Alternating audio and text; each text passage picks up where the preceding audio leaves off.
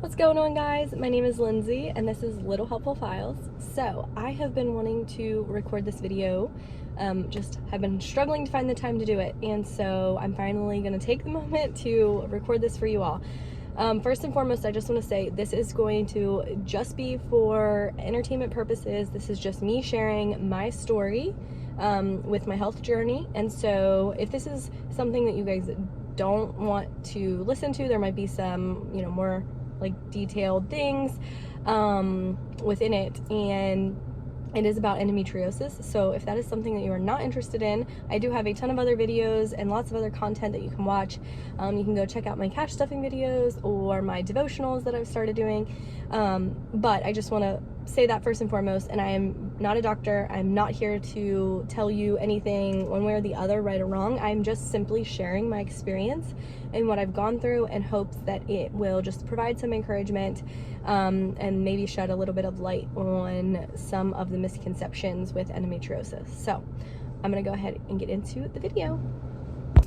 All right, guys, so basically my journey with endometriosis pretty much has been like my whole life, like since I was 16 and started getting a cycle. So I did not know at the time that that's what it was, but obviously now looking back, I realized that a lot of the symptoms and a lot of the things I was struggling with were related to that. So basically at 16, 17 years old, I started to have a lot of issues. I started to have a lot of pain and discomfort, and I went to many different doctors. One doctor did say that they suspected it could be endo, but they basically just said that there wasn't really anything that could be done, and I would, just have to deal with it. And then another doctor had diagnosed me with IBS, which I definitely struggled with a lot when I was younger.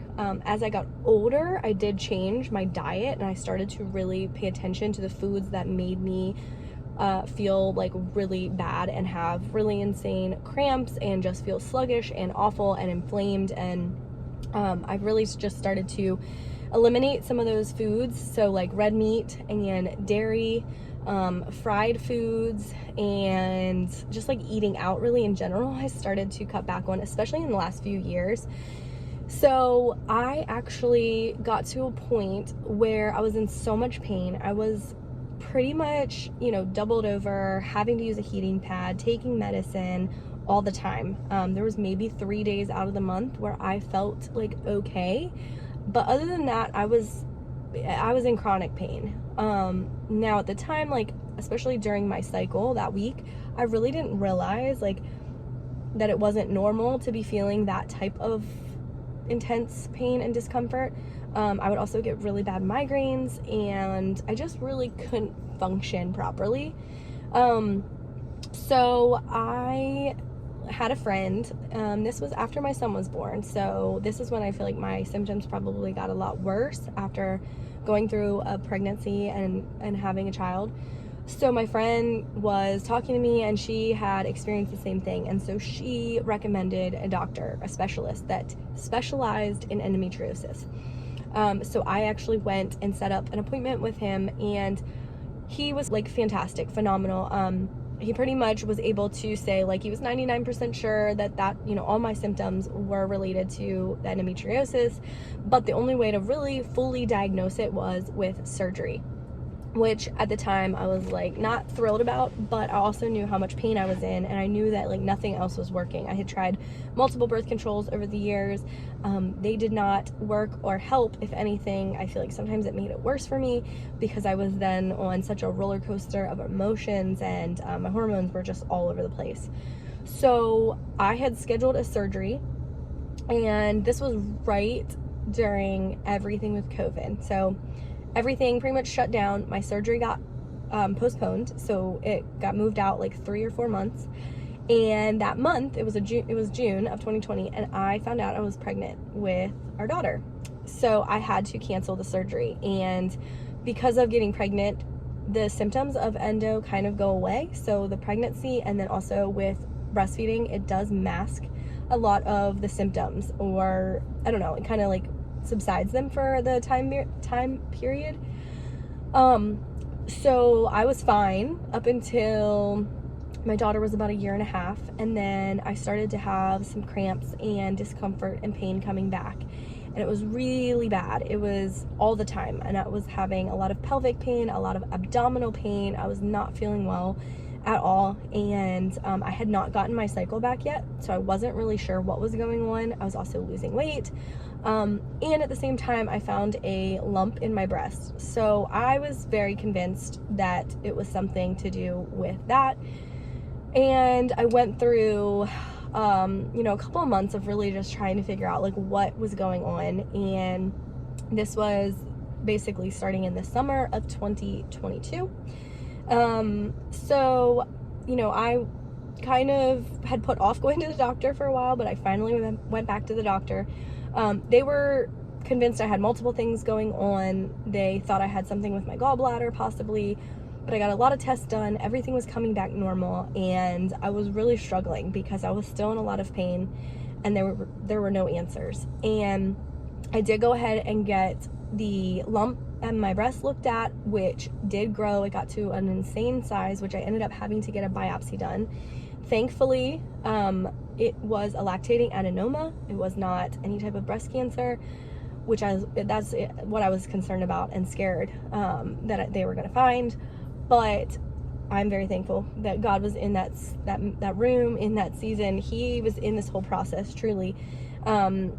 So I ended up fasting because I really wanted to figure out what was going on, and I felt that if I fasted, it would be a good way for me to connect and get a clear answer from God, because I've seen that has worked in the past. So I fasted, and towards the end of the fast, I usually do about 16 or 18 hour fast.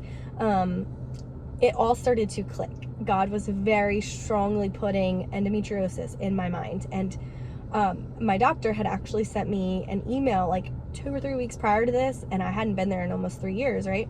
2.5 years. And so it was just so crazy. And I know my husband and my mom also had brought it up, but I just really brushed it off because there was just so much going on, and it was very confusing to figure out or to know what was actually the cause of my pain and discomfort and symptoms. So I basically decided to call the specialist, and they are 4 hours away, well, almost 5 hours away from where we live. But I really wanted to go see him and talk to him because I trusted him, and I knew that I already had a surgery scheduled. So I kind of figured that if this was the endo, I was going to end up needing to get surgery. So I went to meet with him, and I, explained the constant chronic pelvic and abdominal pain that I was experiencing, and I just was miserable. I felt miserable. I was really struggling to function on a lot of the days with the kids, and pretty much anytime I was able to have the heating pad on, I did. So he, said that I had options. I could, of course, do like the birth control, or I could set up surgery, and that would be the only way to fully diagnose endo, which I contemplated about, but I felt like the Lord was telling me, yes, like move forward. This is kind of where you were picking up from where you left off, so move forward with the surgery. But it is scary because you could go in there and they could say, oh, well, we found nothing, and then you feel like you're back to square one. So I trusted this whole process. I trusted this doctor so very much. And guys, if you are going through any of this, I just really recommend finding a specialist in endo. I can't express that enough. Like, I feel like that was a huge part in this being successful. So he scheduled a laparoscopic excision surgery.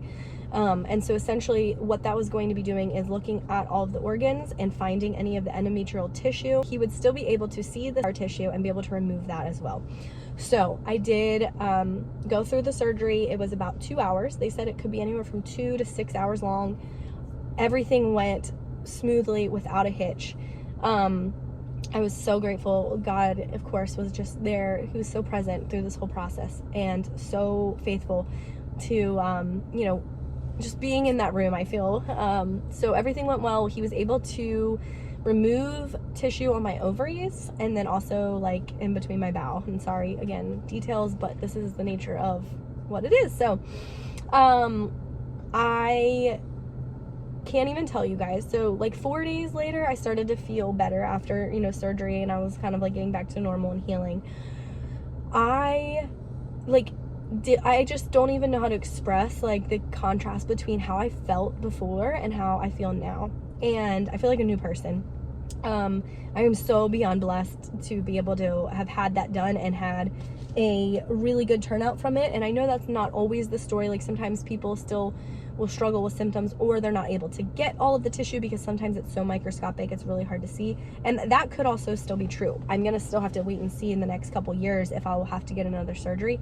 But for right now, compared to how I felt before, I feel awesome. And I did just get my cycle back as well, and it is like nothing compared to the pain, the agony, the discomfort that I would be in before. And it's just wild. I always just told myself that, you know, it was just me, that I wasn't able to deal with pain, that I just needed to kind of suck it up. And sometimes I would feel like whiny, you know, because I just was constantly miserable and in a lot of pain. But now I know, like, yeah, that wasn't normal. So, you know, if you're dealing with anything like that, obviously consult with your doctor, try to find a specialist within it. But it has been a game changer. I am so grateful that I did the surgery. They were able to remove everything, and hopefully I won't have to get another one, but we'll see.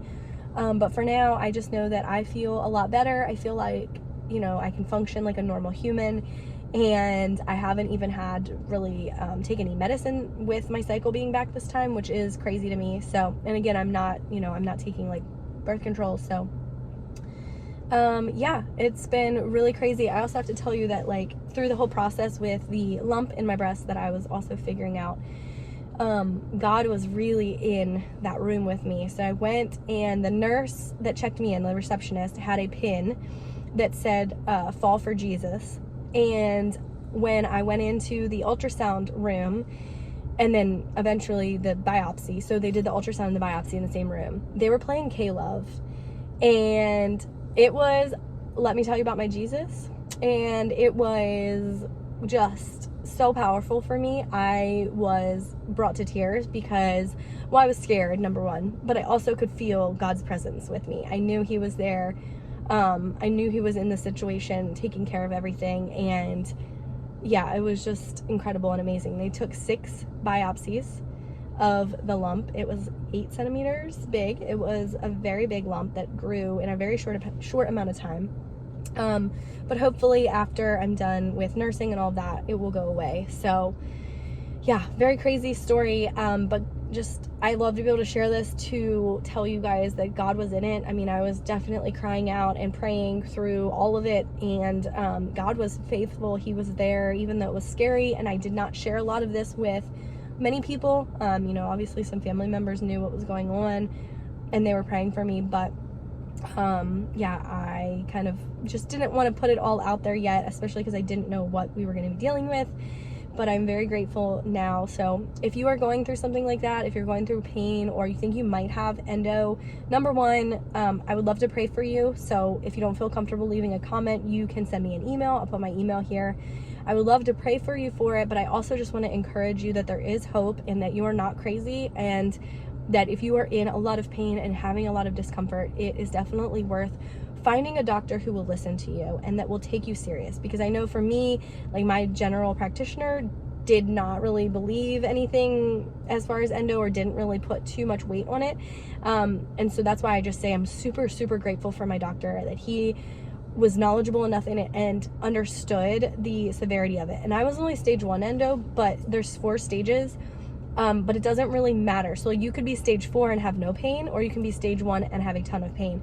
It doesn't really match up. It's just the level of, like, where it spread, or where the endometrial tissue is. And luckily mine has stayed pretty much in, like, my reproductive area, you know, in the ovaries and all of that. It hasn't spread to other areas, but it can also spread throughout your body. So yeah, like I said, I would love to pray for you guys, and hope that this brings you some encouragement and sheds a little bit of light on the situation. And I thank you guys truly through all the process. You guys gave me so much encouragement, and I appreciated all of your prayers. And I'm just really grateful that I don't have to be in that state anymore, because last year was really hard. Trying to juggle everything and feeling awful. So I appreciate you guys. I love you all so much for being here, and this is why, like, I'll never be able to express my gratitude for this community and for you guys pouring into me, because I have needed it in times that you have not even known how much it has spoke to me and meant to me. So I thank you guys for watching. Again, I hope this helped, and I just pray that you have a wonderful rest of your day, and may God continue to bless you, and I'll talk to y'all in the next video.